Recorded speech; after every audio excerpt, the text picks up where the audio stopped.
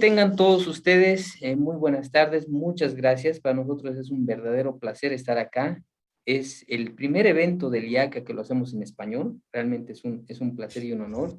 Tenemos a queridos amigos y amigas de toda la región, desde México hasta la Argentina, y realmente lo que vamos a hablar hoy es muy relevante para la época en la que estamos viviendo y yo creo que para un futuro también. La pandemia realmente está marcando el futuro en cuanto a cómo vamos a desarrollar las relaciones Estado-empresas, las relaciones dentro de las empresas, dentro del Estado también. Así que bueno, vamos a abordar todo esto y bueno, primero quería empezar hablando un poquito de qué es lo que hace el IACA, dónde estamos nosotros ahora, cuáles son los planes en Latinoamérica, ¿no? Bueno, primero, una bienvenida. Aquí estamos con el evento en línea, Alianzas contra la Corrupción en el Mundo Post-COVID, Sinergias Público-Privadas, y estamos haciendo ahí entre signos de pregunta, ¿no? Si este es el camino a seguir, realmente lo creemos que es, pero los queremos ustedes incentivar a pensar en esto, ¿no? Y como les decía, tenemos excelentes panelistas de Argentina, Brasil, México y Perú. ¿Quiénes somos? Quería presentar rápidamente a la IACA. La IACA es una organización intergubernamental e institución de enseñanza superior en materia de lucha contra la corrupción y compliance. Es una organización muy única porque aparte de ser organismo internacional, también funge como organización académica. Fue establecida el 8 de marzo de 2011 en Austria, en Luxemburgo, que está muy cercana a Viena, y tenemos actualmente 80 miembros a nivel global, lo cual incluye estados parte y también incluye a organismos internacionales. Lo que hacemos con la IACA, promovemos la prevención y la lucha eficaz contra la corrupción mediante 4 áreas que son transversales: educación y formación profesional, investigación académica, asistencia técnica, cooperación y creación de redes de profesionales. Así que también los invito a aprovechar este espacio para ampliar su red de profesionales y de contactos en el área anticorrupción. Quería también ahora mostrarles los programas académicos que tenemos a continuación. Tenemos el Postgraduate Diploma in Anti-Corruption Enforcement, que va a iniciar en marzo de 2022. Este diploma está enfocado en la aplicación de la ley, en todo lo que es la criminalización de delitos de corrupción. También tenemos el Diploma Ejecutivo en Anticorrupción y Diplomacia, que es muy interesante, ha sido creado en una alianza con las Naciones Unidas, con UNITAR, y esto empieza en marzo 2022. Y bueno, y tal vez lo que más nos concierne a nosotros, al público hispanohablante, es el Máster en Estudios Anticorrupción y Compliance, que es el primer programa académico lanzado por la IACA para el mundo hispanohablante. En este programa se va a abordar las mejores prácticas globales con expertos de todo el mundo. Va a durar 18 meses y tiene 90 créditos europeos transferibles, lo cual les es válido en toda Europa. Es en línea y presencial. Vamos a tener metodologías innovadoras de aprendizaje que incluyen laboratorios, seminarios, foros de aprendizaje, y también vamos a contribuir cada estudiante a su organización con un trabajo final práctico que va a ser guiado por expertos. El máster empieza en marzo de 2022. Bueno, ahora quisiera presentar a nuestros queridos panelistas. Ya no tengo más tiempo para presentarle acá, sino ahora para presentar a nuestros queridos panelistas. Bueno, se está conectando Marta, ya estaba, pero ha tenido unos problemitas técnicos, pero eso no significa que no podamos conocerla. Tenemos a Marta Cecilia Silvestre Casas del Perú. Marta tiene más de 20 años ejerciendo cargos de gerencia y alta dirección en el sector público. Entre otros cargos, Marta se ha desempeñado como viceministra de la Mujer, secretaria general del Ministerio de la Mujer y Poblaciones Vulnerables. Marta ha sido también secretaria general del Ministerio del Interior, directora de la Oficina de Integridad y Lucha contra la Corrupción del Ministerio de Transportes y asesoría principal del Congreso para el Seguimiento al Plan Nacional de Lucha contra la Corrupción. Marta es abogada de la Universidad Femenina del Sagrado Corazón, cuenta con un máster en políticas anticorrupción de la Universidad de Salamanca y certificaciones profesionales de la George Washington University, de la SPAO Harvard University, y también me da gusto decirlo, Marta es IACA alumni de Regional Summer Academy y en un entrenamiento también que ha tomado lugar en Austria. Así que van a ver que aquí estamos en familia con todos los panelistas. Marta es fundadora y directora de la iniciativa de acción colectiva Integrity Women's Action y actualmente es la Superintendente Nacional de Migraciones de la República del Perú. Un reto y un cargo realmente importante y que también tiene mucho potencial en la lucha contra la corrupción. Bienvenida, Marta. Luego vamos a dar la bienvenida a nuestra querida amiga Fanny Lorena Jiménez Aguirre, de México. Nuestra querida amiga Fanny, ella cuenta con más de 23 años ejerciendo cargos públicos de alta dirección, es magistrada de la Sala Superior del Tribunal de Justicia Administrativa en el estado de Jalisco, ha sido juez titular de juzgados mercantil y civil en Lagos de Moreno, secretario relator del Supremo Tribunal de Justicia, secretario general del Consejo Económico y Social, y director de Cooperación y Normatividad del Centro de Información y Difusión de la Unión Europea en Jalisco. Fanny es abogada de la Universidad de Guadalajara, doctora en Derecho por el Instituto de Estudios Internacional de Derecho y del Estado, cuenta con una maestría en Comercio Internacional por el Instituto de Estudios Bursátiles de Madrid, España, y otra maestría en Sistema Acusatorio Adversarial en el Instituto Judicial del Supremo Tribunal de Justicia del Estado de Jalisco. Fanny es docente de las Universidades Panamericana e Instituto Tecnológico de Estudios Superiores y de Occidente. También es alumna de la Escuela de Verano de IACA, lo cual también nos da gusto, de los años 2019, 20, 21. Bienvenida, Marta, Fanny, perdón, un gusto tenerte con nosotros. También tenemos a un amigo querido de la academia, quien es Martín de la Valle. Martín es abogado y árbitro con sede en Lisboa y Sao Paulo, especializado en litigios comerciales. Ha participado en cientos de disputas en todos los continentes. Actualmente es fundador y director de la empresa Zenith Source. Es socio de Marchini, Botello, Caselta Abogados y profesor de la IACA. Hasta agosto de 2018, Martín fue vicepresidente de Global de Compliance, Antimonopolio y Litigios en AB InBev. Para aquellos quienes no conocen esta empresa, es la mayor cervecera del mundo, con sede en Bélgica. Durante 2015-2016 también actuó como jefe de asuntos legales para África durante la adquisición de SAP-Miller por AB InBev, la tercera mayor fusión del mundo en ese momento. También tiene una amplia experiencia con AmBev en América Latina. Ha trabajado Martín en Perú, Ecuador, Venezuela, Guatemala y República Dominicana, entre otros. Martín es miembro del Consejo Consultivo Europeo del Instituto Internacional para la Prevención y Resolución de Conflictos y es miembro del Consejo Consultivo del UN Global Compact Brasil. Bienvenido, estimado Martín. Un gusto. También tenemos con nosotros a nuestro amigo Fernando Bach de Argentina. Fernando es socio del Departamento de Compliance, Investigaciones y Derecho Penal Empresario en Brochu, Fernández, Madero y Lombardi en Buenos Aires, Argentina. Fernando se especializa en Derecho Penal Empresario y Políticas de Integridad, Gobierno Corporativo y Compliance. Ha asesorado, entre otros, al Banco Mundial, al Banco Interamericano de Desarrollo, al PNUD, la Iniciativa PACHI del Foro Económico Mundial y la Red Marítima Anticorrupción, MACAN, o MACN. Fernando lideró la estrategia de acción colectiva de MACN en Argentina, gracias a la cual se redujo en un 90% la solicitud de pagos ilícitos en las inspecciones de buques granileros en los puertos argentinos. Fernando es investigador senior del Centro de Estudios Anticorrupción y profesor asociado de la Maestría de Derecho Empresarial de la Universidad de San Andrés. También es profesor de Derecho Penal Económico en la Maestría en Derecho de la Universidad de Palermo. Fue profesor visitante de Southeastern University School of Law. Y para finalizar, Fernando también está colaborando ahora con el IACA, prontamente como uno de nuestros queridos docentes, así que como verán, estamos haciéndolo y lo repito todo en familia. Así que, bueno, estamos ya con todos los speakers presentados. Lastimosamente, Marta está teniendo algunos problemas técnicos, pero no significa que no podemos empezar la conversación. Y quería mostrarles en qué consiste a nuestros queridos, a nuestra querida audiencia, lo que vamos a abordar hoy. Vamos a abordar 3 preguntas. Queremos que sea una discusión muy amena, muy interactiva, en la cual cada participante pueda abordar una de estas preguntas. También quería comentarles que ustedes, querida audiencia, pueden hacer sus preguntas en la casilla que tienen abajo de sus pantallas o arriba, que dice Q&A. Ahí vamos a estar recopilando sus preguntas y al final las vamos a abordar. Como ustedes verán, tenemos 2 personas del sector público, 2 altas funcionarias del sector público, Fanny y Marta, quienes nos van a dar una perspectiva desde el sector estatal, y tenemos a Fernando y Martín, 2 personas muy experimentadas en el sector privado, que también nos van a dar sus perspectivas desde el sector privado.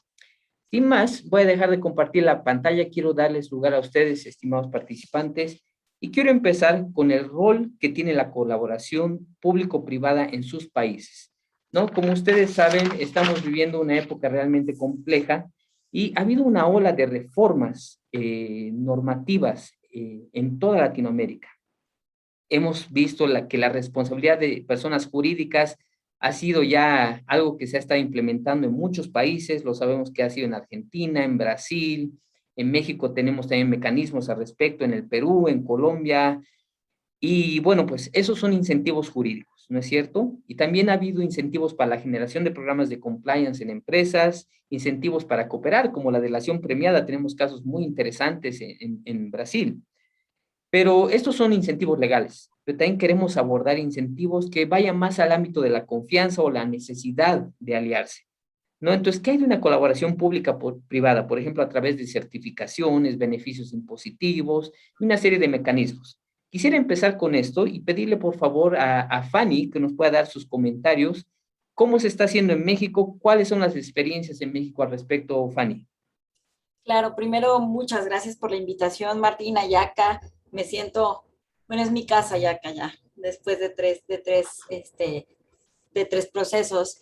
Y bueno, agradecido también con la audiencia, por ahí muchos amigos. Bueno, para no quitar mucho tiempo, les platico que el rol es importantísimo, tiene todo que ver, puesto que hoy tenemos, yo creo que claro, en todos los países, que los actos de corrupción no solamente son privativos del sector público. El sector privado tiene un rol muy importante y yo siempre he dicho, para que se lleve a cabo y se concrete un acto de corrupción, tiene que haber alguien que ofrezca o que incentive ello y otro que lo acepte como tal. Históricamente, evidentemente, el sector público era el más estereotipado en este tipo de situaciones.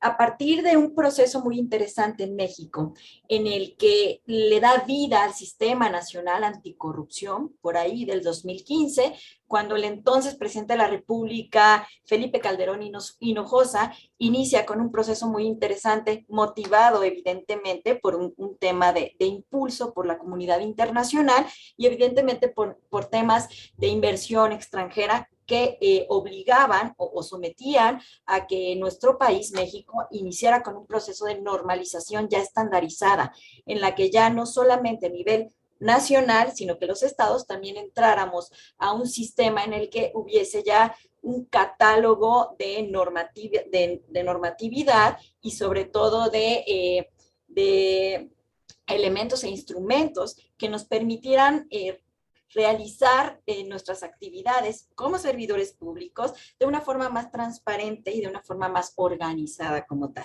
Así es como nace el Sistema Nacional Anticorrupción, en el que una de las grandes novedades es la creación de una Fiscalía Anticorrupción como tal, a nivel central. Les voy a hablar a nivel central, pero todo esto evidentemente se tuvo que bajar a nivel local en los estados de la República Mexicana y ahora los estados contamos con sistemas paralelos al sistema nacional. Se crea una Fiscalía Anticorrupción que como un órgano administrativo encargado de llevar toda la investigación de los delitos que se consideran como delitos de corrupción como tal. Ya el Código Penal Federal hablaba evidentemente de estos delitos, pero no los tenía catalogados en esta etiqueta como delitos de corrupción. A partir de que nace y se deriva como tal, se hace un catálogo como tal y nace una ley muy importante que es la Ley General de Responsabilidades Administrativas. Esta ley, además de ser una ley que ya trae un catálogo muy claro de los hechos o actos que se pueden catalogar como actos en materia de corrupción, también hace una distinción muy importante que los deriva a tres tipos: las faltas graves, las faltas no graves y los delitos en materia de corrupción. Así como también, evidentemente, le da un momento muy importante y una figura importantísima al sector privado y lo mete, ¿no?, al particular dentro de este rol en el que también ya se va a ver inmerso en un tema de sanción y evidentemente de investigación dentro de un hecho que se pueda catalogar como acto de corrupción como tal. La ley, nuestra ley es muy clara, insisto, el Estado mexicano a través de sus propios procesos internos y de sus propios congresos, baja estas iniciativas y evidentemente las refleja en los propios estados de la República y su normatividad, pero no solamente crea una ley específica donde crea obviamente un bagaje importantísimo de procedimiento, de cómo llevar hacia esa distinción muy, muy importante de las tres catálogos o de las tres formas en las que se determinan los actos de corrupción, que insisto son las faltas graves, las faltas no graves y los delitos en materia de corrupción, sino que también involucra de una forma muy activa al sector privado y a la ciudadanía dentro de este sistema. Y es por ello que nacen los comités coordinadores. Los comités coordinadores que tienen un trabajo y una figura muy importante dentro del sistemas nacional y estatal anticorrupción, están constituidos por altas personalidades de dependencias muy importantes en los procesos de manejo de recursos.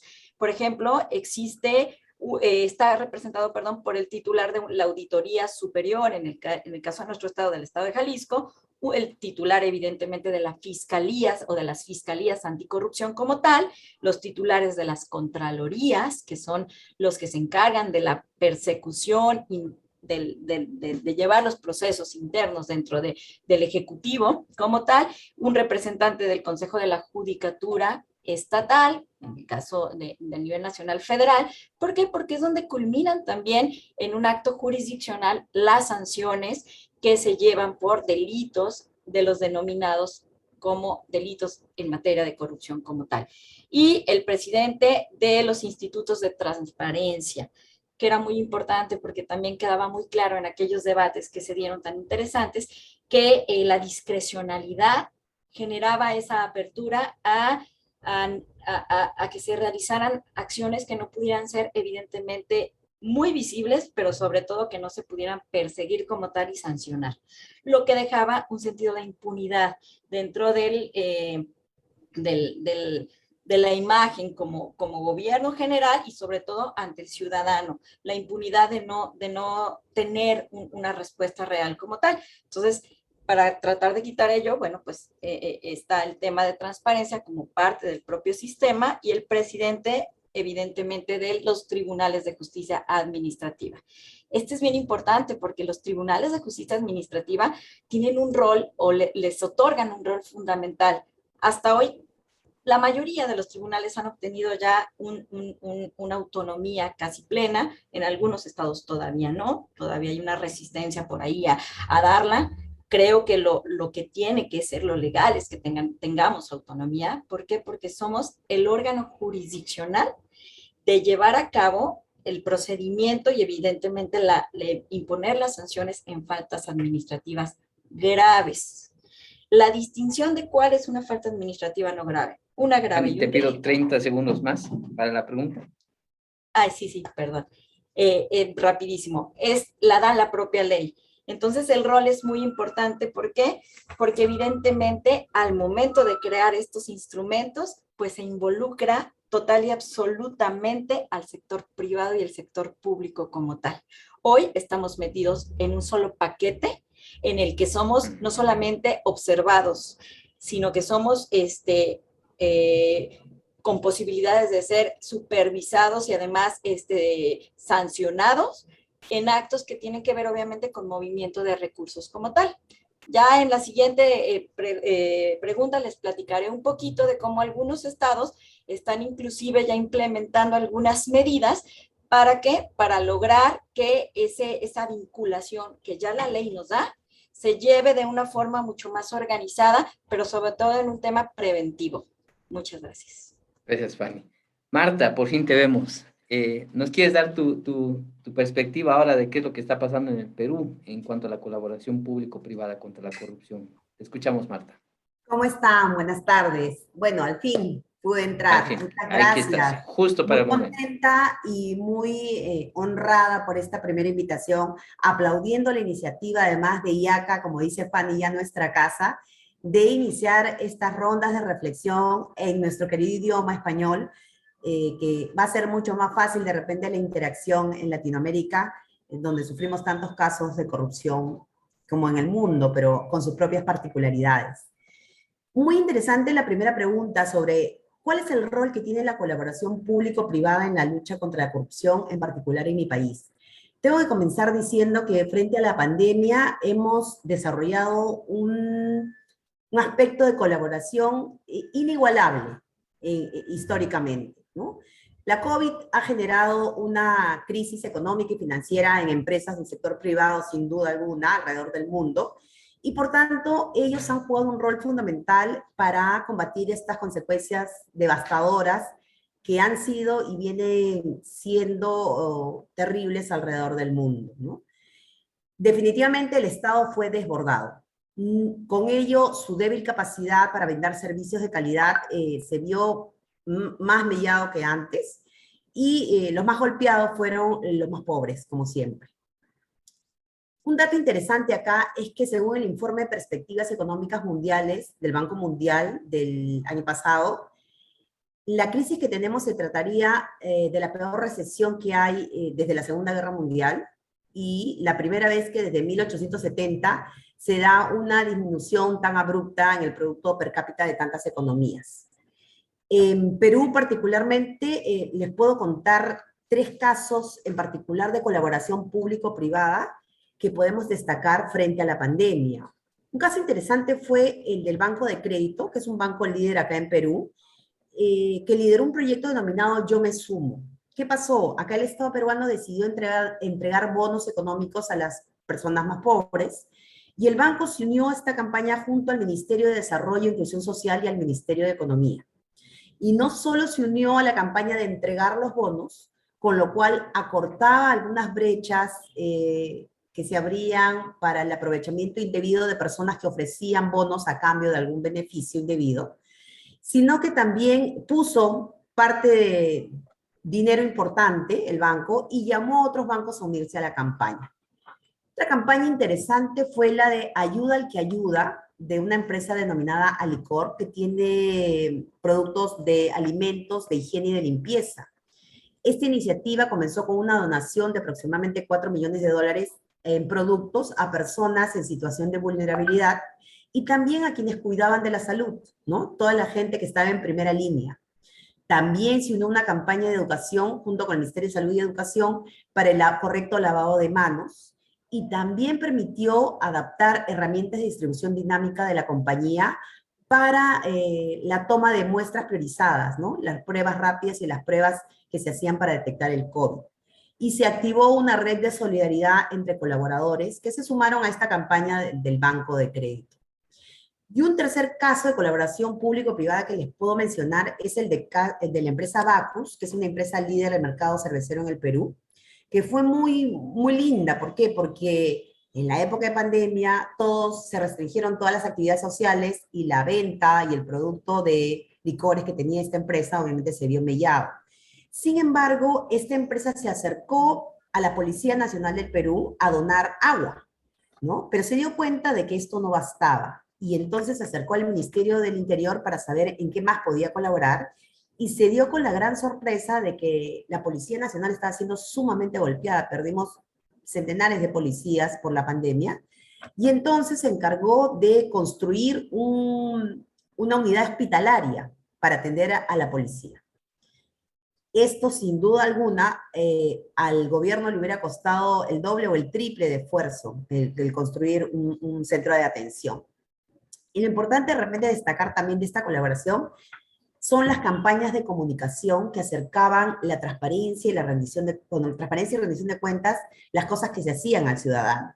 En esta campaña, por ejemplo, recuerdo el mensaje de la selección peruana de fútbol junto con su entrenador, dándole gracias a la gente que estaba en primera línea y exponiendo cómo la colaboración de las empresas y del Estado hacía efectivo que los podamos proteger. Entonces, respondiendo básicamente a la pregunta, ¿cuál es el rol de la colaboración público-privada en la lucha contra la corrupción en mi país? Puedo decir que es fundamental esa colaboración. En la medida que ayudar al Estado, aliviándolos de procesos de compra engorrosos y aligerando el trámite burocrático, sin duda alguna ha ayudado a cerrar brechas de posible corrupción, convirtiéndose además en ojos fiscalizadores adicionales, ¿no? aparte de invitar también a la comunidad a ayudarnos a esta rendición de cuentas que se debe exigir siempre al Estado. Así que sin duda alguna es súper importante esta colaboración. Muchas gracias. Perdón, estaba en mute. Bueno, ahora vamos a dar lugar a la perspectiva desde el sector privado. Que nos cuenten, por favor, Martín y Fernando, y vamos a empezar con Martín, tal vez en Brasil. ¿Qué se ha estado haciendo, Martín, y qué nos puedes dar desde la perspectiva del sector privado en la colaboración contra la corrupción? Hola Martín, muchas gracias. Muy buenas tardes a todos. Es un placer y un honor estar en este seminario con panelistas tan distinguidos. De verdad, un honor. Me gustaría, antes de hablar, me gustaría darles un poco de contexto de mi país, porque hoy vivimos un tiempo de incertidumbre por aquí, un tiempo de cambio. Quería darles un poco de contexto. Desde los años 2000, Brasil ha avanzado una agenda legislativa de cambios importantes contra la corrupción. Hubo muchas con muchos pilares en todos estos años, desde la inteligencia financiera, un avance muy fuerte ahí, cuanto temas de colaboración, temas de punición de corrupción al extranjero, todo esto como que culminó con, bueno, todos conocen, no sé si desafortunadamente todos conocen la operación que se llamó Lava Jato, car wash, lavado de autos, con muchas bueno, con muchas consecuencias por toda Latinoamérica también, ¿no? Entonces, y hoy vivimos un poco y hubo también, eso es importante que se comente, hay una reacción importante del mundo político en Brasil sobre lo que se llamó de la operación lavado de autos, ¿no? Entonces, es por todos los lados, por la derecha, por la izquierda, entonces hubo mucha reacción, también reacciones dentro del sistema judicial del país. Y entonces, de cierta forma, esta relación hoy tenemos ejemplos muy cercanos y muy próximos por ahora de cambios legislativos que todavía no sabemos para dónde va. Me creo que hace un mes hemos una nueva ley de improbidad administrativa que se cambió profundamente el régimen de improbidad administrativa, no necesariamente para mejor. Creo, eso es una avaliación unánime de casi todos que se dedican al combate a la corrupción, que va a ser más difícil. Parte de law enforcement va a ser más difícil por ahora. Necesidad de dolo, nivel de pruebas, etc. Hay los que dependen del contrario, hay que garantizar debido proceso, etc. Hubo exageración. Del otro lado, tenemos una nueva ley de pujas de compras públicas, ¿no? Que por otro lado concede muchos incentivos para programas de compliance, ¿no?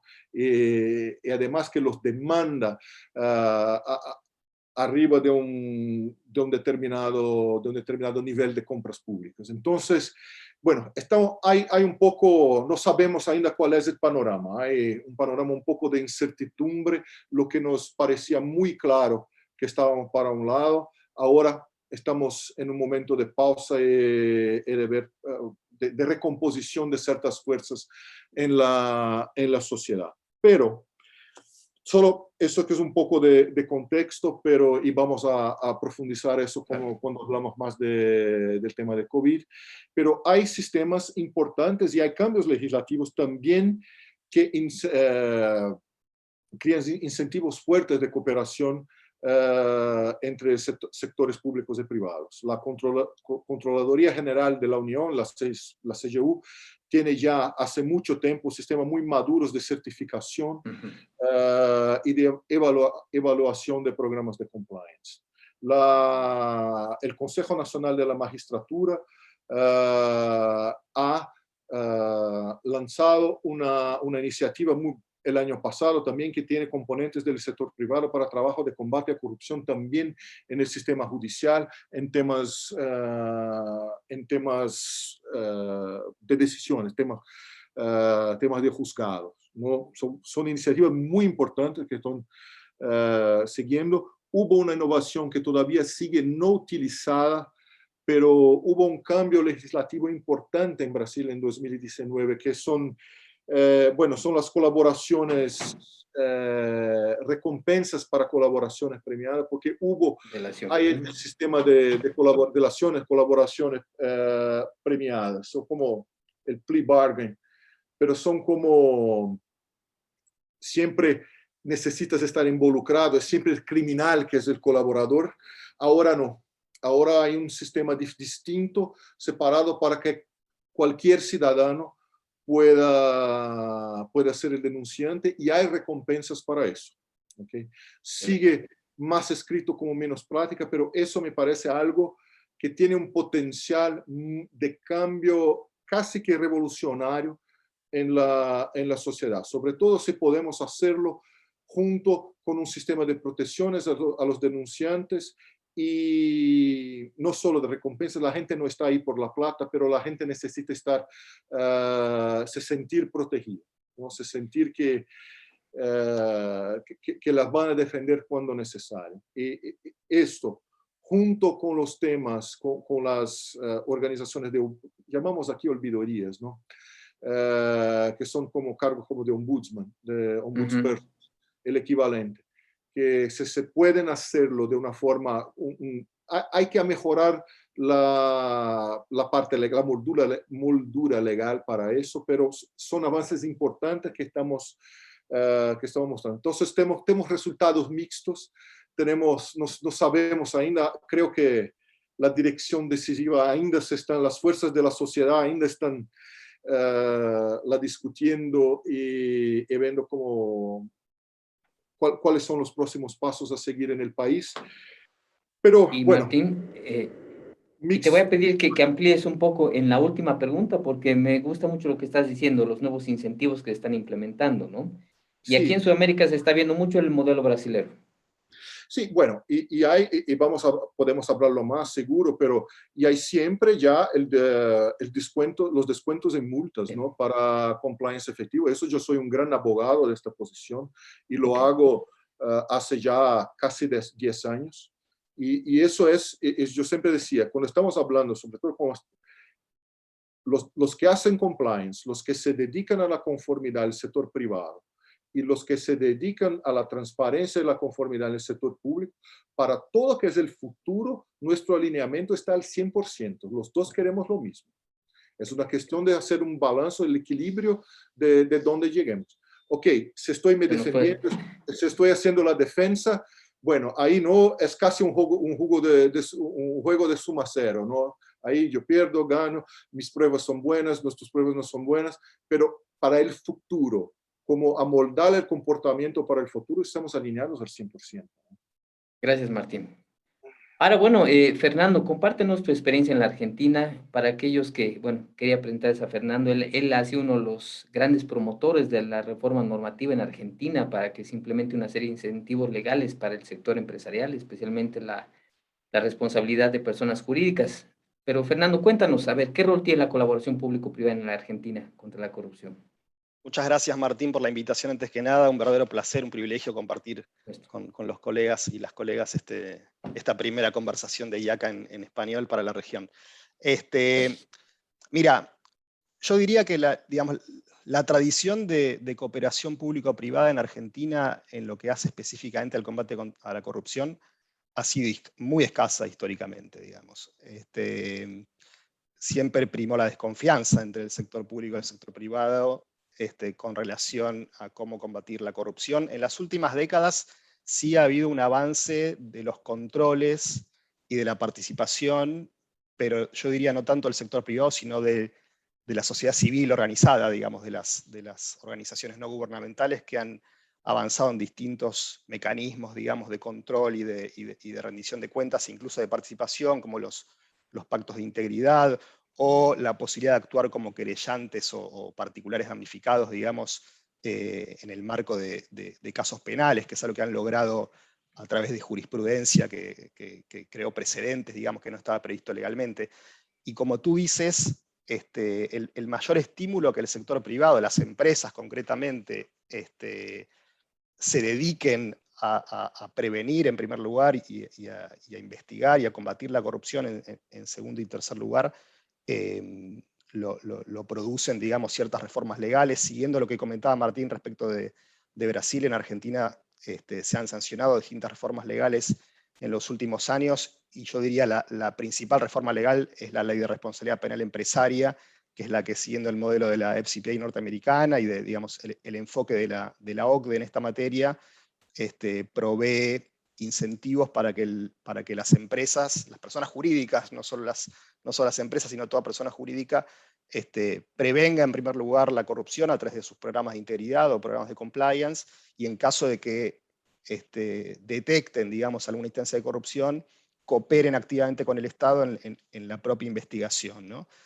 Yo diría que en estos dos objetivos que previó la ley se avanzó mucho en el primero, es decir, han proliferado los programas de compliance a nivel sector privado en Argentina. Obviamente esto ya se daba con el sector de las empresas multinacionales, aquellas que están incentivadas por las leyes de sus países de origen, digamos, que se aplican de forma transnacional, pero la Ley de Responsabilidad Penal Empresaria en Argentina cubrió el espectro de los grupos locales, digamos, que no tenían estas prácticas y que las han ido incorporando, en gran parte por no solo el texto legal, sino el empuje estatal que acompañó a la reforma legal, y también, vale decir, el empuje de las empresas de propiedad estatal, que en sus respectivos sectores, dado su tamaño y su importancia, de alguna manera setean el tono, digamos, de toda su cadena de valor, impactando sobre las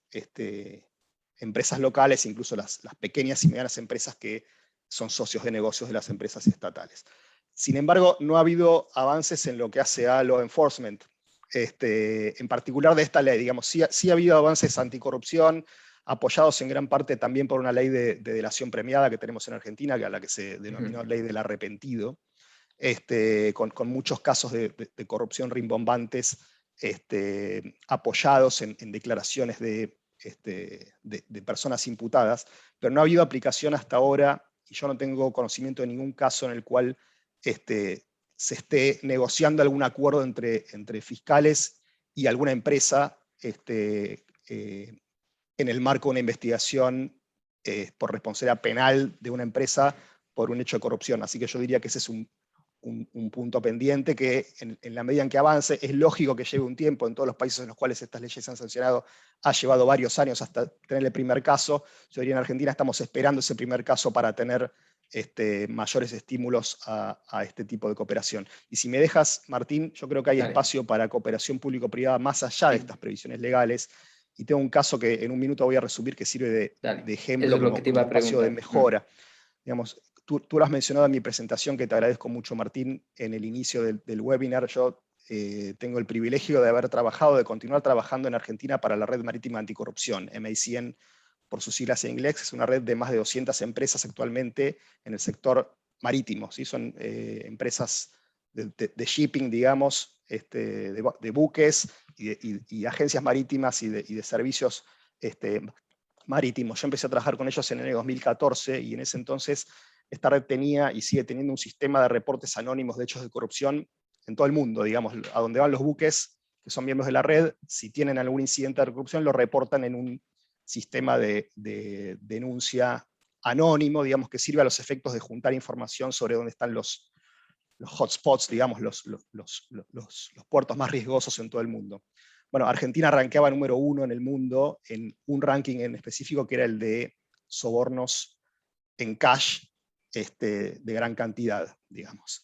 Y lo que sucedía es que los buques que exportan granos y derivados de los granos, que son básicamente la principal exportación de la Argentina, y que hace alrededor de entre el 10 y el 15% del PBI argentino, con lo cual es realmente un sector importantísimo para la economía nacional.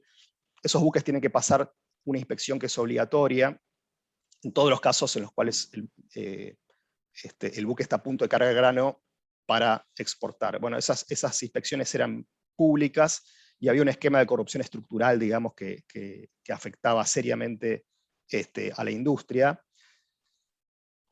La pregunta que nos hicimos cuando comenzamos a trabajar este problema es, bueno, ¿a dónde va esta plata? Y en resumidas cuentas, lo que advertimos es que lo que había era una acción colectiva de corrupción, digamos, donde absolutamente todas las partes que participaban del proceso de inspección se llevaban una parte del soborno, ¿sí? Esta es una inspección pública, pero el inspector público compartía el soborno con un inspector privado que también participaba, y en muchos casos compartía también con el agente marítimo que representaba el buque, y en muchos casos el capitán que decía que había pagado $10.000, en realidad había pagado 5.000 y se quedaba con otros 5.000, porque todos asumían que esta corrupción se daba en todos los casos, con lo cual era parte casi de la práctica, era el business as usual, ¿sí? Bueno, ¿cómo hicimos para lograr, como tú has dicho, una reducción en el 90% de las solicitudes? Digamos, realmente esto se ha casi eliminado, diría yo, a través de una reforma regulatoria que trabajamos junto con el Estado, ¿sí? Fuimos a golpearle la puerta a la agencia estatal que se ocupaba de estas inspecciones, que es el SENASA, le comunicamos este problema y afortunadamente la respuesta fue: trabajemos juntos para mejorarlo. ¿Cómo hacemos para mejorarlo? Bueno, y ahí comenzamos una interacción súper fructífera, no solo con Estado, sino con todas las empresas del sector, digamos, a través de las cámaras que nuclean a agentes marítimos, a inspectores privados, a las empresas de seguros que aseguran los buques, todos juntos trabajando en digamos, borradores de una reforma regulatoria que dio lugar a un sistema de inspecciones mucho más transparente y que ofrece muchas menos oportunidades de corrupción. No lo voy a contar, pero me parece que esta es una buena historia para tener en cuenta a la hora de pensar cómo salir de esquemas de corrupción sistémicos que son los que afectan en gran medida a nuestra región. Gracias, Fernando. Y les quiero invitar a nuestros panelistas a pensar para la última pregunta también el rol de la acción colectiva, que es un eslogan que está teniendo mucho impacto ahora, pero tal vez podríamos verlo desde diferentes formas, ¿no? No solo Estado, empresas, también incluye la sociedad civil. Yo les voy a pedir ahora, vamos a ir a la segunda pregunta, pero que seamos más breves porque se nos está acabando el tiempo y quiero realmente que nos enfoquemos en la tercera pregunta. Así que para esta segunda pregunta les pido ser lo más breves posible y vamos a ver cómo ha mutado en su país los riesgos de la corrupción fruto de la pandemia. Hemos visto que realmente ha sido un caldo de cultivo no solo de enfermedad la pandemia, sino también de corrupción, porque se han tenido que flexibilizar los procesos de contratación. Ha habido un flujo inmenso de dinero para el tema de atención sanitaria y ahora también está habiendo mucho flujo de dinero para la reconstrucción económica de los países, ¿no? Entonces, hemos visto corrupción a gran escala cuando políticos hacen tratos para la compra, por ejemplo, de respiradores, de insumos médicos, o corrupción a pequeña escala de la gente que quiere acceder al sistema de salud. No nos olvidemos que Latinoamérica es la región más desigual del mundo. Entonces, eso es un serio problema, ¿no? Entonces, y solo por darles un dato, en las líneas de atención de Transparencia Internacional para atención legal, se han incrementado en miles las denuncias de corrupción de la pandemia, solo ligadas a la pandemia. Entonces, realmente ha sido un catalizador de corrupción también. Entonces, yo quería preguntar, a ver, primero vamos a empezar con Fanny, vamos a seguir el mismo orden. Fanny, muy brevemente, ¿cómo ha mutado la corrupción o los riesgos de corrupción en tu país fruto de la pandemia? Muchas gracias, Martín.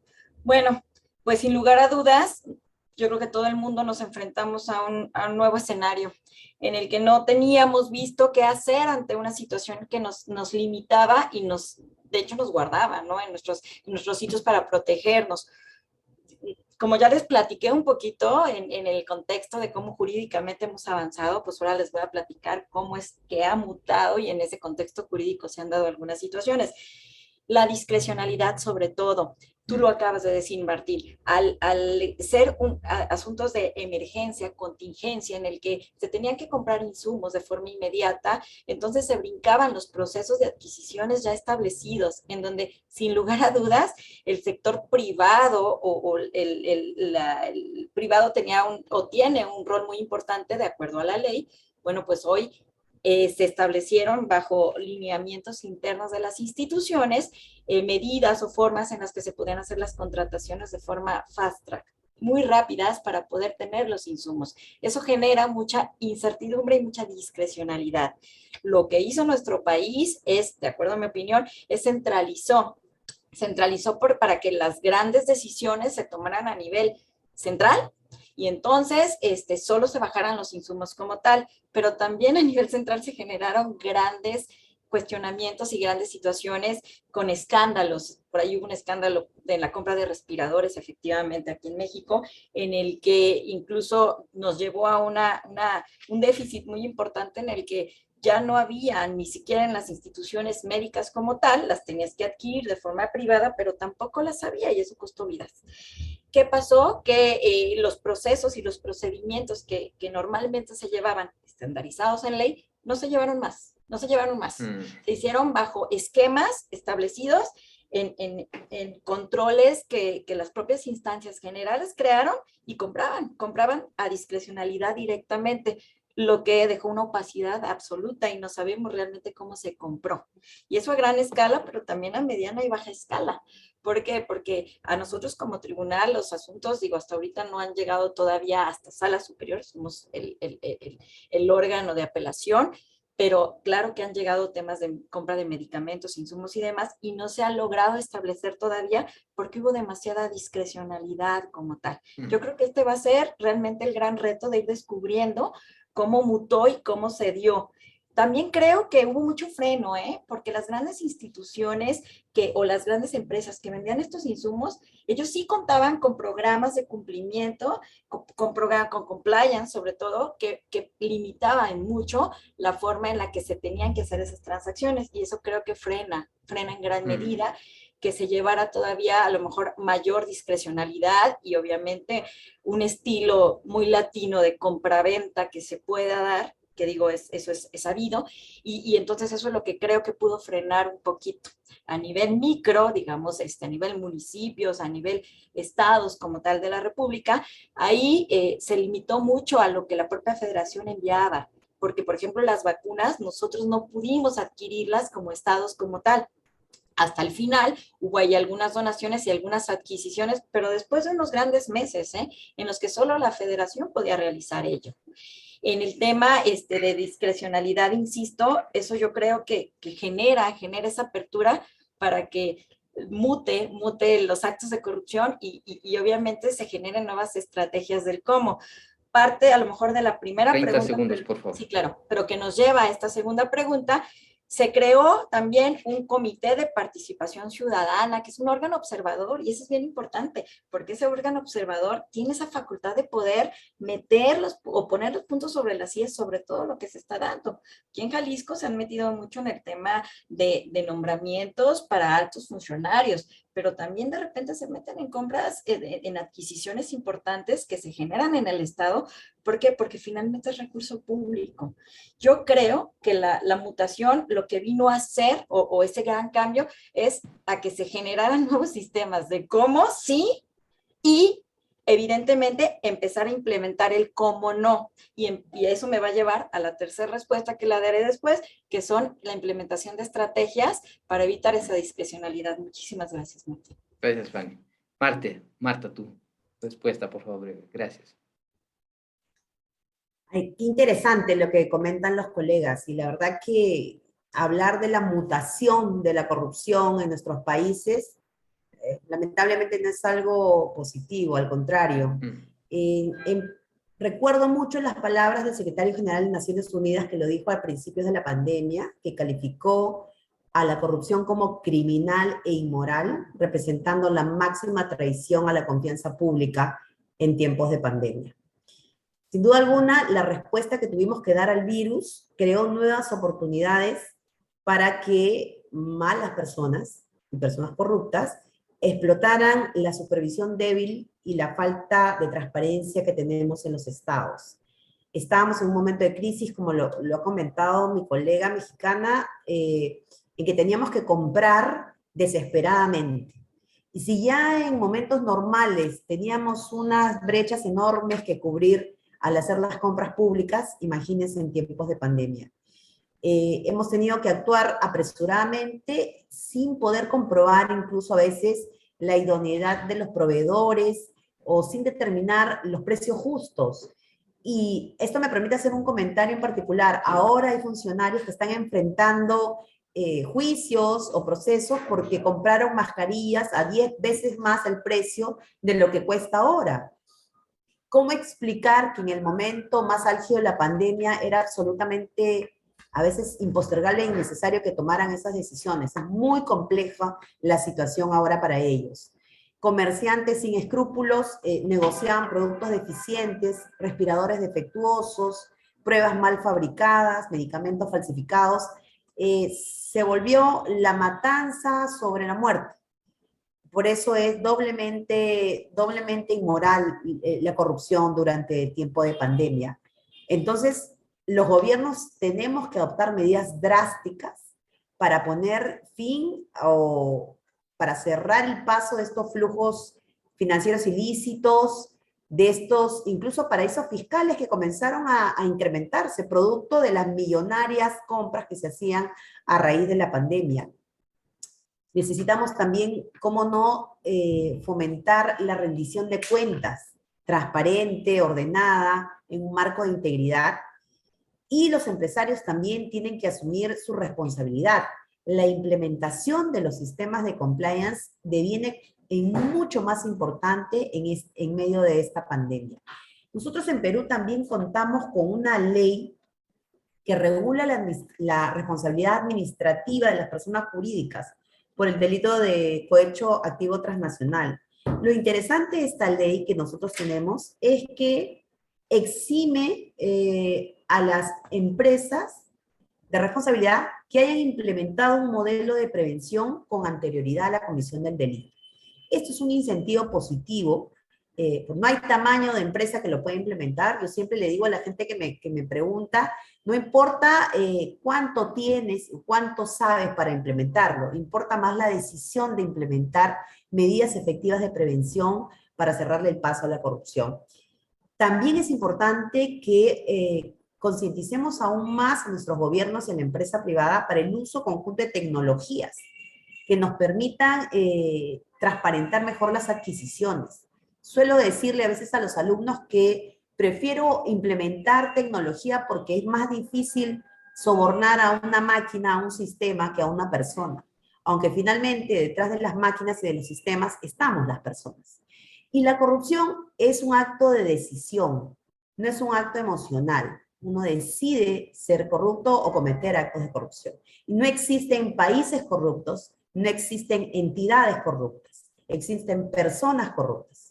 Por tanto, es muy importante que implementemos bien nuestros sistemas, pero que también le pongamos mucho ojo a la prevención, a la solución de dilemas éticos, a tener lo que yo le llamo botones de pánico. Los servidores públicos hemos estado en pánico durante la pandemia. Yo ahora dirijo una entidad que trabaja 24 horas, literalmente, 24/7. Controlamos migraciones. Cuidamos, como digo, quién entra y quién sale de la casa y quiénes se quedan en la casa. Y ¿Cuántas eso personas también, hay en tu organización, Marta? 1.200 a nivel nacional, y tengo 700 inspectores migratorios a nivel nacional, 200 en el aeropuerto, que trabajan en turnos, sí, pero estamos en el día a día y por eso es tan importante nuestro botón de pánico. Tengo la suerte de haber encontrado una entidad que tiene una oficina de integridad institucional y lucha contra la corrupción, que por supuesto estoy potenciando. 30 segundos, por favor. Y bueno, por último, comentarle algunos casos muy penosos, ¿no?, que había en mi país. Ustedes habrán escuchado del popular Vacunagate, por el cual muchos funcionarios fueron vacunados antes de tiempo, antes que los ciudadanos, inclusive el presidente de la República de esa época, ¿no? Hemos tenido compras de insumos, es indescribible eso, ¿no? Es que personas que le venden a los hospitales lentes fallados, adulterados, máscaras y guantes adulterados, y el tráfico de las camas UCI fue pues indescriptible, ¿no? Entonces todas esas situaciones nos hacen pensar en que tenemos que tomar medidas drásticas en los estados para combatir la corrupción en la pandemia. Gracias, Marta. Gracias. Martín, por favor, cuéntanos brevemente cómo ha mutado, cómo ves.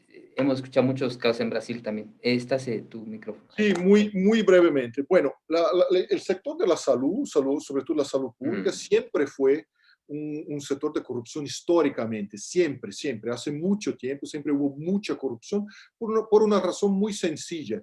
Hay un presupuesto gigante ahí, es donde hay plata, donde hay más plata, hay más corrupción. Eso, aunque moralmente sea más reprobable posible que la salud y la educación, pero son que tienen los dos presupuestos más grandes del Estado brasileño, son donde hay más corrupción, ¿no? Y siempre hubo históricamente. En tiempos de la pandemia, bueno, no fue diferente, al contrario, fue potencializado, ¿no? Bueno, las malas noticias son, bueno, hubo más corrupción, hubo todos esos escándalos que Marta mencionó, respiradores, todo eso, pero la buena noticia es que los entes de fiscalización, los entes de control están funcionando. Hubo muchos arrestos, bueno, hubo consecuencias, ¿no? Para gente involucrada ahí, gente que se fue en prisión. Pero entonces han funcionado, eso es una buena noticia. Pero hubo un caso, eso fue objeto de una comisión parlamentaria, de investigación parlamentaria, que fue muy, estaba en la TV por meses y meses en vivo, todos siguiendo. En lo que se vio es que en una situación de emergencia como esa, las cosas que se pasan son inacreditables. Llegamos, como uno solo se puede admirar, cómo pícaros, bandidos, aventureros, amadores, con una mínima conexión política pueden llegar a tener acceso y llegada a los máximos escalones decisorios del país, ¿no? Y casi se llegó a una compra de 20.000 millones de dólares de vacunas que no existían. No estaba, o por lo menos no estaban aprobadas. Después se descubrió con documentos forjados. ¿Cómo se llega a un nivel tal de 20.000 millones de dólares? Bueno, la buena noticia es que pues, hubo denuncias, los órganos de control llegaron, las entidades de control llegaron y se canceló, pero se canceló por 15 días más, un mes más. Podría ser un desastre de proporciones industriales, ¿no? De proporciones bíblicas. Entonces se iba a pagar 20.000 millones de dólares con vacunas que no se podrían utilizar o de cuestionable utilización. Bueno, así es la vida por aquí, ¿no? Así se pasó. Gracias a Dios creo que estamos saliendo de esta situación emergencial, tan emergencial como fue. Gracias, Martín. Gracias. Bueno, y lo que hemos visto, ¿no? No solo en Brasil, lo hemos visto en México, en Perú, en Argentina, en Colombia, en todos los países, los escándalos que no han sido pero ajenos en ningún país. Fernando, cuéntanos tu experiencia y cómo has visto que han mutado, cuáles han sido los... Martín, Sigue, Martín. solo una cosa aquí. Dime. Eso dice todo sobre los funcionarios públicos, ¿no? Donde hubo funcionarios públicos profesionales, donde que sabían lo que estaba haciendo, una administración fortalecida, se lograron buenos resultados, ¿no? Donde estaban amadores, bueno, son así que los pícaros amadores llegan, ¿no? Donde había amadores y no profesionales. Disculpa. No, está muy bien, porque la tónica que le queremos dar al evento es positiva en el sentido de que queremos proponer, no queremos solamente lamentarnos de lo mal que le hemos pasado y lo que todavía estamos pasando, sino proponer. Fernando, cuéntanos tu opinión, por favor. Muy breve, Martín. A ver, cambia la realidad, cambian los riesgos de corrupción, obviamente. El caso de Argentina no es distinto del resto de los países. Una buena, digamos, es que obviamente mientras estaba todo el mundo encerrado, ahí casi se eliminó la corrupción administrativa, digamos. Yendo al caso de los puertos, bueno, venían los buques, nunca dejaron de venir, pero no había ninguna inspección. Entonces, obviamente, ante la falta de inspección no hay corrupción. Pero esto es para decirlo un poco en tono de broma. Obviamente la corrupción se traslada a aquellas cuestiones que sí pasan a ser reguladas con mayor intensidad en la pandemia, por ejemplo, el cumplimiento de los protocolos sanitarios, ¿no? El cumplimiento de los protocolos en las empresas en las que en Argentina se categorizó ciertas empresas como ciertos sectores de la economía como esenciales, y eran los únicos básicamente que podían o que tenían el deber de ir a trabajar de forma presencial en lugar de quedarse en su casa en lo que llamamos la cuarentena. Bueno, esas empresas tenían que trabajar en cumpliendo ciertos protocolos sanitarios, y obviamente, bueno, allí se genera un espacio nuevo, distinto para la corrupción, pero hemos tenido casos, como han comentado Marta, Fanny, Martín, con escándalos en cuanto a compra de insumos médicos, compra de comida también para abastecer a la población que no, obviamente tenía muchas mayores necesidades, a precios muy altos. Ahí se da la problemática que comentó Marta, que efectivamente hay razones en el mercado para que los precios asciendan, con lo cual se plantea la pregunta respecto de, bueno, en qué medida este sobreprecio lo es, o hubo un caso en el cual un funcionario quiso comprar a cualquier precio para abastecer a la población. No lo estoy defendiendo, pero efectivamente es el tipo de preguntas que se han planteado. Hemos tenido también un vacunagate, aquí lo hemos llamado vacunatorio VIP. Yo creo que la gran enseñanza que dejaron este año y medio de pandemia es que esto resultó intolerable, digamos, para las sociedades, y esto ha tenido impacto indudablemente no solo a nivel judicial, sino también en Argentina a nivel electoral, aunque no me quiero poner en analista político, pero esto se ha visto con mucha claridad. Y un último punto con referencia específicamente al sector privado. No solo los controles se han relajado, como creo que han dicho Fanny y Marta, en el sector público, producto de la necesidad de comprar rápido y de actuar ágilmente, los controles se han relajado también en el sector privado durante la pandemia. Yo diría por dos razones. Número uno, necesidad de un foco enorme en lo operacional, porque justamente la pandemia cambió completamente la realidad y las empresas necesitaron adaptarse a esa nueva realidad y destinar toda su atención a cómo continuar produciendo en un contexto completamente distinto y lleno de dificultades, con lo cual menor foco a compliance y mayor foco a lo operacional, digamos, y mayor idea de, bueno, que el compliance no nos venga a poner un obstáculo mayor en estas condiciones tan adversas, ¿no? Y por otro lado, el problema de los recursos para compliance. En Argentina sabemos que la dimensión, digamos, o la importancia que se le da al departamento de compliance depende directamente del presupuesto que se tenga para compliance. Hace falta una decisión empresarial muy firme para dotar de un presupuesto alto a compliance en un contexto de escasez de recursos, y obviamente en contexto pandémico, bueno, la economía de las empresas, salvo aquellas de farma o laboratorios, etcétera, de insumos médicos, ha caído, digamos, ha tenido un impacto enorme en la economía la pandemia, y esto se tradujo a su vez en menores recursos para compliance, con lo cual los sistemas de compliance de las empresas se han empobrecido, por decirlo de alguna manera. ¿Sí? Gracias, Fer.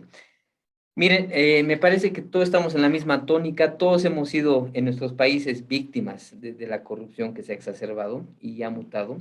Pero ahora quería pedirles ya con esta última pregunta que seamos propositivos, que vayamos viendo hacia adelante, porque yo creo que es lo que está esperando la audiencia, ¿no? Ideas de hacia dónde podemos ir. Yo creo que no existe un mundo en el cual podamos lograr un desarrollo holístico y sostenible si es que no hay colaboración y no hay alianzas. No, por eso el objetivo de desarrollo sostenible de las Naciones Unidas, el número 17, es simplemente alianzas para lograr los objetivos, ¿no? El rol del sector privado es cada vez más importante, y también el Estado no puede avanzar si es que no colabora con el sector privado y viceversa. Y yo quiero comentarles, en el caso del IACA, hemos tenido una experiencia muy interesante fruto de la pandemia, que hace una crisis que realmente nos ha despertado necesidades que ahora se han traducido en cosas reales, que es lo que estamos haciendo ahora. Ha sido como cambiar, ya alguien lo dijo, una llanta mientras el auto estaba avanzando, porque no podíamos parar.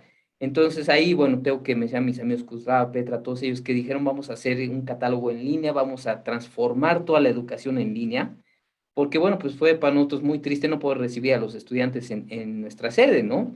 Pero por otro lado, y eso es lo que yo siempre digo, no hay que desaprovechar una buena crisis, ¿no? O sea, es siempre un catalizador de innovación, un catalizador de cambios.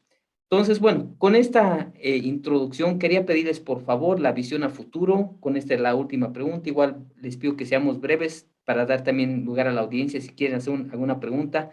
Fanny, ¿cómo ves el futuro en México? México ha sido líder por muchos años en temas de transparencia. México ha dado la tónica muchas veces con el IFAI, luego el INAI, tiene iniciativas de transparencia y también reforma normativa.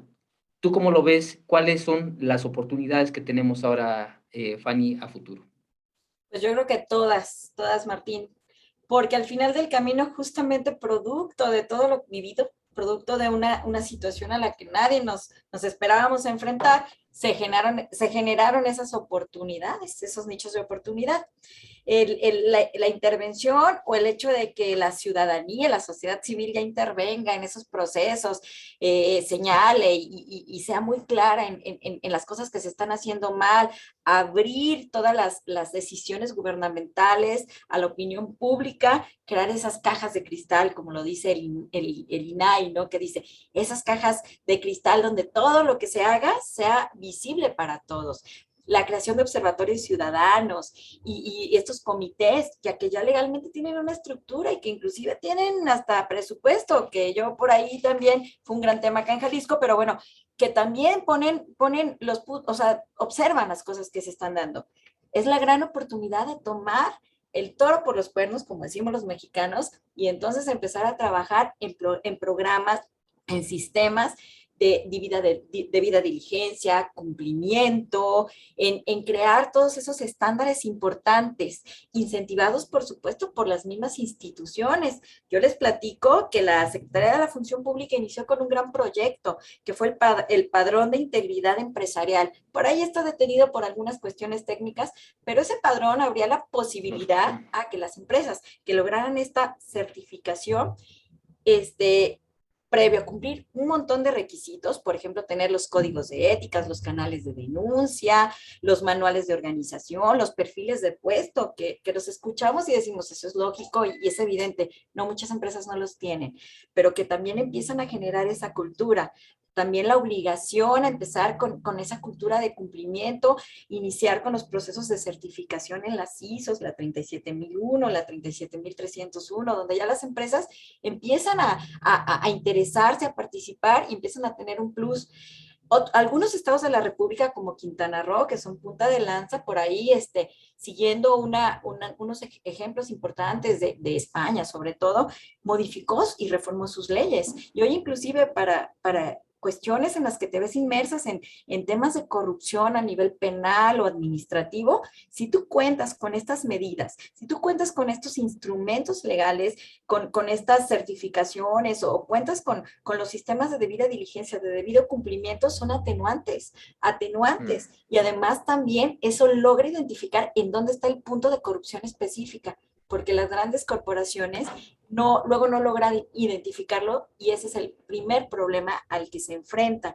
Entonces yo creo que la oportunidad es toda. Nosotros en Jalisco, el gobierno firmó el Pacto por la Integridad, se ha replicado en otros estados obviamente, pero eso es simple y sencillamente dar ese paso adelante con esa actitud y esas ganas de entrarle, pero entrarle formalmente a empezar a trabajar en tratar de combatir y tener medidas preventivas. Insisto, el debido cumplimiento, la debida diligencia, para mí, hoy que nos hemos metido a especializarnos en todo esto, para mí es el punto estratégico y clave. Cuando se cuenta con estructuras de esta naturaleza, se evitan también esas discrecionalidades de las que tanto hablo y se permite que toda la información y todo lo que se hace sea abierto a todos. Lo que se supervisa y es abierto es más difícil que se pueda romper, que se pueda terminar como tal.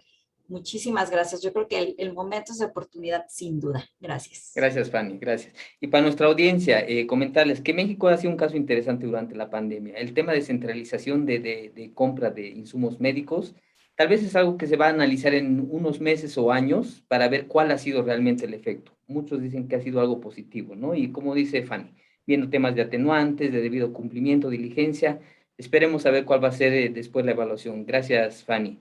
Gracias. Marta, sabemos que Perú ha hecho también cosas interesantes. Perú tiene mecanismos muy interesantes de participación, ¿no? Perú siempre ha sido un modelo de participación en temas de, por ejemplo, presupuestos participativos. En Perú ha sido el primero que ha tenido las fiscalías anticorrupción, si no me equivoco. Bueno, ¿qué tal para Perú ahora? ¿Cómo se ve el futuro? Danos tu visión, Marta, brevemente. Gracias. Mira, yo soy una indomable entusiasta de la lucha contra la corrupción. Siempre voy a ver en la crisis una oportunidad y es lo que le repito también a la gente con la que trabajo, a los alumnos. No nos podemos quedar en la tragedia, porque, o como les suelo decir, no hay que preocuparnos, hay que ocuparnos de lo que tenemos que hacer. Y sí, en Perú creo que la sociedad peruana madurado. Tenemos una envidiable participación de la juventud preocupada e interesada sobre todo por dos aspectos: la rendición de cuentas y la transparencia. Las redes sociales aquí son un instrumento utilizado mucho para reclamar ese derecho ciudadano. Y las lecciones aprendidas haciendo camino al andar siempre van a ser beneficiosas. Centrándome en el punto de la relación público-privada, creo que para sacar adelante estas iniciativas con el sector público, características como la flexibilidad, la adaptación y una buena reputación corporativa son claves para establecer prontamente esa alianza que nos permita definir objetivos, formas de trabajo y conseguir en menor tiempo resultados favorables para la sociedad. Establecer este vínculo de confianza mutua entre entidades privadas y las autoridades del Estado, que no están normalmente en su órbita a través de relacionamiento en un ámbito de negociación, permite que ambos conozcamos las necesidades. Yo conozco cuáles son las necesidades que tiene el sector privado y que el sector privado también se acerque a conocer las necesidades del Estado y cómo puede colaborar con una solución conjunta. En este escenario de conocernos mutuamente a partir de una relación de confianza, las principales dificultades justamente que enfrenta la empresa privada pueden ser el contexto de desconfianza en el que nos movemos muchas veces en el sector público y que nos ha mantenido de repente un poco lejos del sector privado.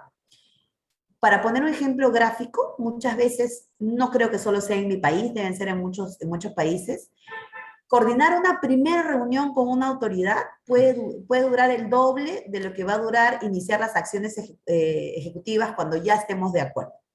Eso es algo que tenemos que superar. Entonces, la oportunidad creada en esta pandemia es justamente esa relación de confianza mutua, que ha sido hasta de repente forzada por la necesidad que hemos tenido unos de los otros, ¿no? Hay un concepto también que me gusta recalcar, que es integridad, es actuar con más alto nivel de honestidad que genera confianza. Y entonces, el que servidores públicos, que además soy una convencida, que los servidores públicos que quieren hacer las cosas bien, los servidores públicos íntegros, somos la mayoría. Los que abusan del poder o los que quieren aprovecharse indebidamente son menos. Pero los que somos más, también estamos más dispersos, más con la cabeza baja, transitando ese camino de desinterés que se convierte en tolerancia, que nos lleva a resignación. Entonces, tenemos que levantar la cabeza para unirnos en este combate a la corrupción, y eso también se tiene que fortalecer en la relación pública-privada que ha nacido en la pandemia. Otro punto importante que creo que hay que destacar es el de colaboración como un punto de encuentro. En esta pandemia global producida por el COVID, esta crisis sin precedentes que hemos afrontado y que sobre todo también han afrontado las empresas por el entorno de incertidumbre económico, social y han tenido, se pone en contraposición a los riesgos que ha presentado esta condición, ¿no? La gestión estratégica de la colaboración es el punto de partida ideal para replantear esta relación público-privada y que a partir de ahora sea más transparente, más constante, y que ayude a esto que remarco mucho yo, que es la rendición de cuentas. La predictibilidad, la transparencia hace que se genere confianza. Y solo así vamos a poder llevar a cabo proyectos y alianzas que tengan resultados relevantes y necesarios para el desarrollo de los países. Mientras en paralelo se van construyendo los emprendimientos y las relaciones para consolidar economías más sostenibles. Es claro que cerrarle el paso a la corrupción beneficia a todos, beneficia al sector público y le beneficia al sector privado. Y para esto es importante también un tercer aspecto, que es la acción colectiva, en algo que yo creo mucho. El actuar colectivamente, el interactuar con la sociedad, el identificar los actores colectivos para tener una línea de acción coordinada y de apoyo, nos hace más fuertes y nos hace llevar más rápido y pronto también la información. La información nos da poder. Ciudadano desinformado es un ciudadano desvalido, un ciudadano que no puede reclamar sus derechos, pero que tampoco va a poder cumplir sus deberes. Yo suelo decir, y con eso termino, que los corruptos son como los tiburones. están siempre acechando en aguas cálidas. Y el agua cálida en la entidad pública es el desorden, el oscurantismo, la falta de reglas, la falta de directivas. Tenemos que enfriar esas aguas, ¿cómo? Como lo hacemos comúnmente. El agua se enfría poniendo hielo. Yo a mis colaboradores les digo, el hielo en el Estado es poner transparencia. Transparencia en lo que decimos, en lo que hacemos, en lo que actuamos. A mayor transparencia, menos riesgos de que un tiburón del Estado se pueda acercar a atacarnos. Muchas gracias. Gracias, Marta. Gracias. Bueno, solo para nuestra audiencia, en el caso del Perú, yo he tenido experiencias muy interesantes con la sociedad civil y debo recalcar, y eso tal vez para una próxima cita, alianzas no solo público-privadas, sino con la sociedad civil también o la ciudadanía organizada, ¿no? Eso me parece un tema importante. Querido Martín, cuéntanos cómo ves el futuro. Has hablado de varios mecanismos que creo que nos has dejado a todos con las ganas de un poquito ver cuál podría ser el futuro de estos mecanismos de colaboración público-privada. ¿Cómo ves el futuro, estimado Martín? Martín, está tu micrófono. Hay dos pilares, ¿no?, de esta colaboración. Una es una moldura jurídica que proporcione esta colaboración, pero la otra una práctica, ¿no? Cómo hacerlo en la praxis del día a día, y para eso es diálogo, diálogo y más diálogo. Tenemos que, yo me acuerdo de un ministro de Estado nos hablando en una conferencia cerrada, puerta cerrada, dice, yo no soporto más que nos van a patear en los periódicos todas las mañanas sin preguntar por qué llegamos a esta decisión. Y hubo todo un estudio antes, pero tenemos que hablar más diálogo para que estamos siempre con puertas abiertas. Y abiertas. Y el normal es que sea, es importante, aunque esté diciendo eso solo para dar constancia, que de verdad no lo crea, pero tenemos que aprovechar todas las oportunidades de diálogo. Ya por la moldura jurídica, de qué hacerlo. Yo veo, primero, alianzas y acciones colectivas. Este es un grande futuro, pero es difícil de manejar, ¿no? Es algo que toma tiempo. Hay que tener una parte gerencial muy fuerte para que no se pierda. El ejemplo que nos dio Fernando es fantástico, ¿no? De cómo se puede cambiar. Pero me imagino, hay que movilizar muchísimos sectores que están involucrados para llegar, y sobre todo hay que tener un sector público receptivo. No es siempre el caso, ¿no?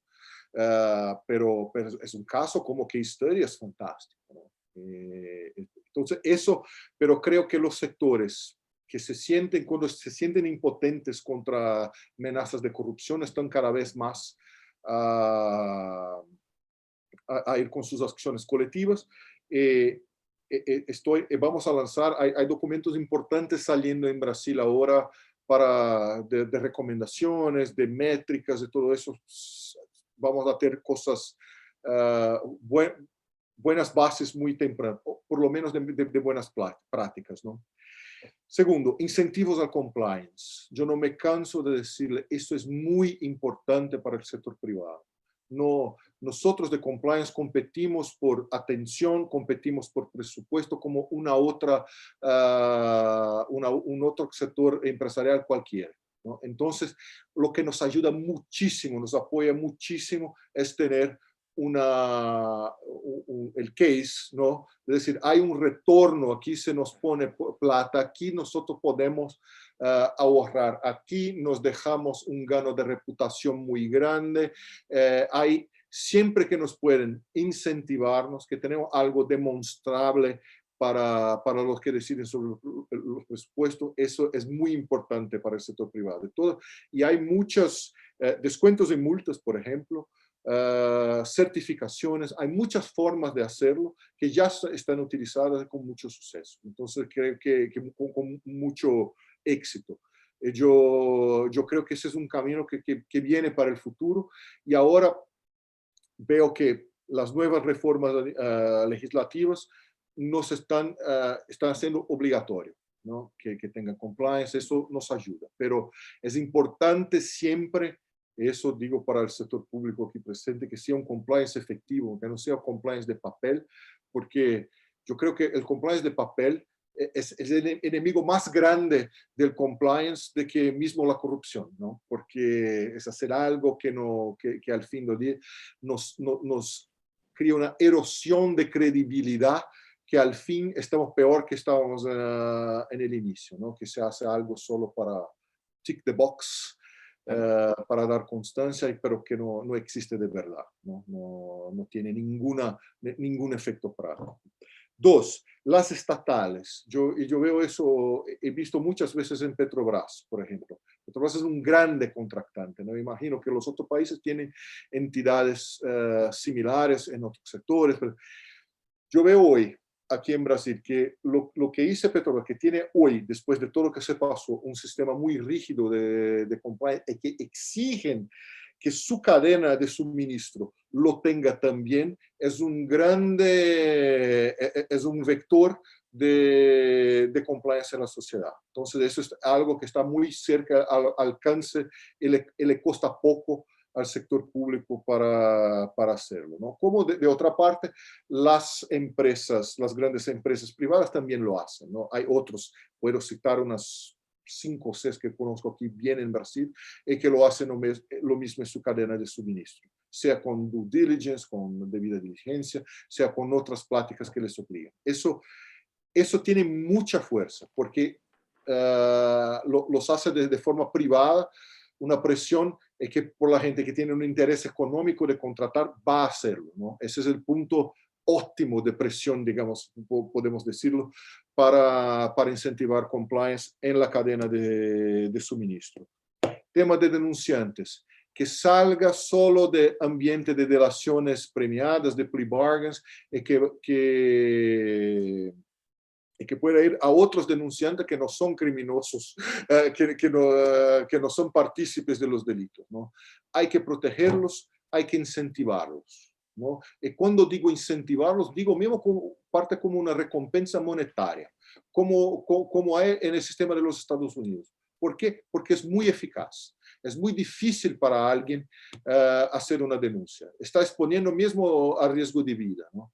Y se le da algo, y algo que sea además condicionado a la calidad de las pruebas que trae, hace un enorme favor al sector público, a los fiscales, a los jueces, porque no tiene que gastar recursos públicos en esta investigación como lo viene pronto. Y cualquiera, y yo puedo decir que es público, ¿no? Yo estuve involucrado en investigaciones con el DOJ, con los Estados Unidos, y yo fui el conductor principal de eso.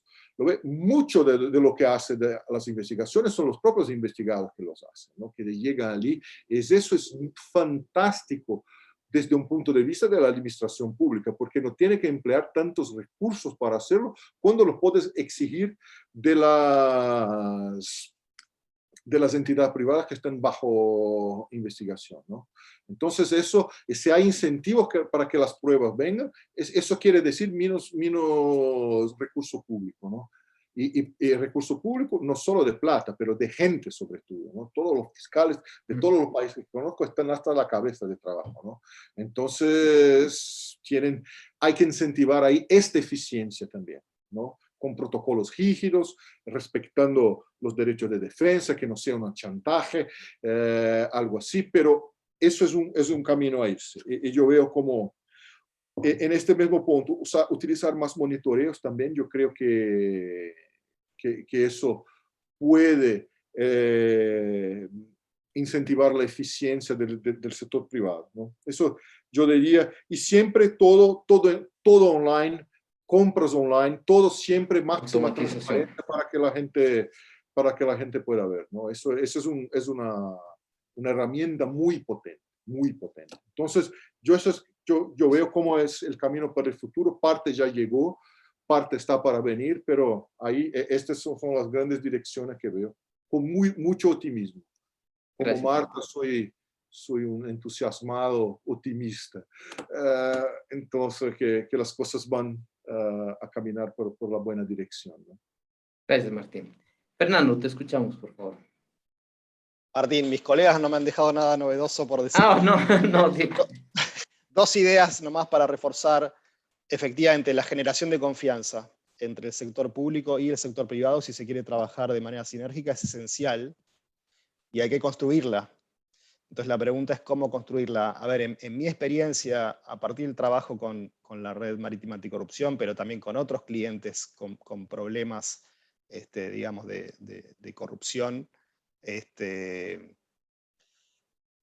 que trabajar de forma constructiva y hay que tratar de acercarse al Estado con una visión de que efectivamente es posible trabajar conjuntamente. Luego, si la realidad muestra que eso no es posible, bueno, uno toma otra actitud, pero, y lo que voy a decir puede sonar provocador, no siempre la denuncia inmediata es la mejor vía para solucionar un problema de corrupción, ¿sí? Y en muchos casos la denuncia, justamente por los problemas que mencionó Martín, los temores, las dificultades, puede terminar en un punto muerto y el sistema de corrupción sistémica continuar.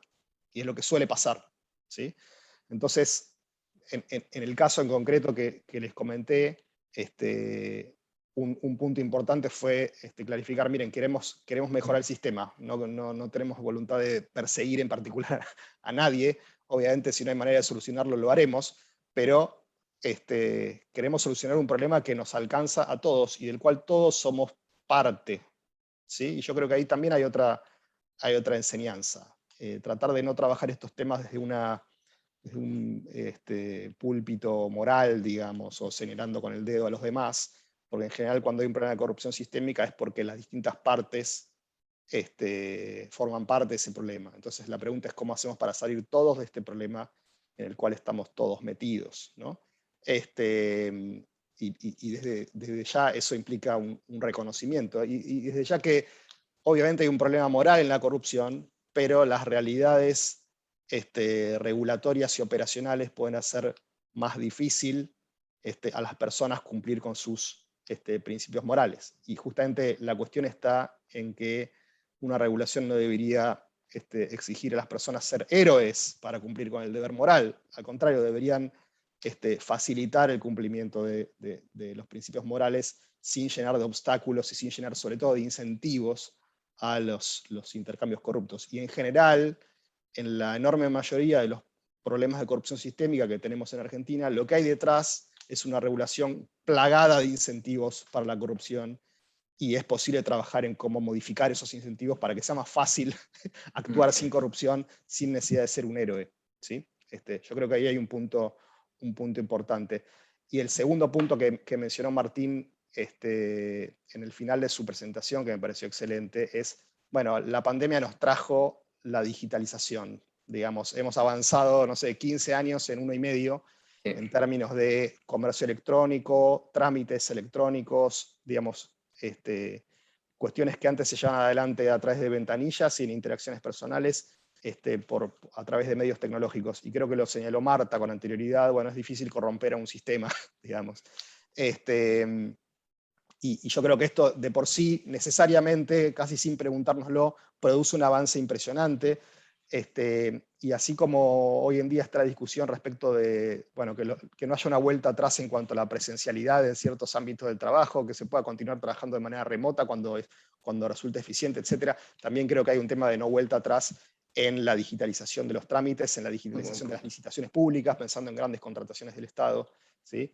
Que necesariamente van a, bueno, producir automatización, impedir corrupciones administrativas y generar muchísima mayor transparencia, muchísima mayor rendición de cuentas, muchísima mayor publicidad y de esa manera poner luz en procesos que antes eran oscuros. Creo que eso de por sí genera un avance enorme, digamos, en términos de anticorrupción y obviamente el foco debería estar puesto en impedir que haya una regresión en ese sentido.